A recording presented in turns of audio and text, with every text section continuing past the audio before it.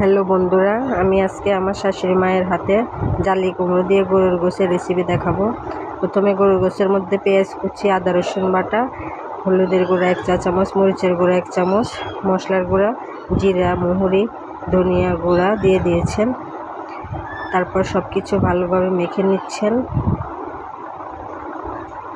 উনি অনেকক্ষণ মাখছেন যাতে সব মশলা গরুর গোশের ভিতর ঢুকতে পারে, তাহলে গোশটা অনেক মজা লাগবে। একটু সয়াবিন তেল দিয়ে দিয়েছেন যাতে মাখনটা অনেক সফট হয়ে যায়।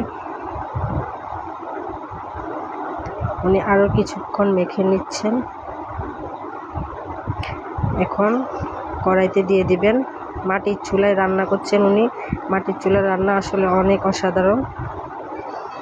ভালো করে নাড়াচাড়া করছেন। এখন ঢেকে দিয়েছেন 5 মিনিটের জন্য।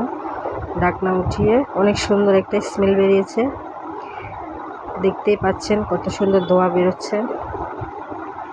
এখন আবার ঢেকে দিবেন, আবার কিছুক্ষণ নাড়াচাড়া করছেন, কষিয়ে নিচ্ছেন।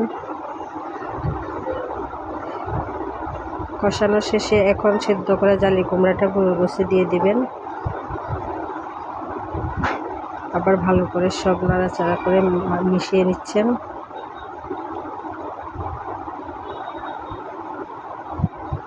এখন এখানে সেদ্ধ করা কিছু আলু উনি পিষে নিচ্ছেন, পানির সাথে মিশিয়ে নিয়েছেন।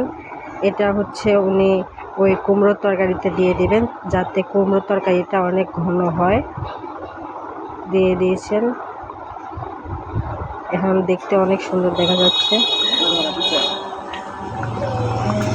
অনেক সুন্দর শব্দ রান্নার। এই তো বন্ধুরা, রান্নাটা শেষ। ধন্যবাদ সবাইকে।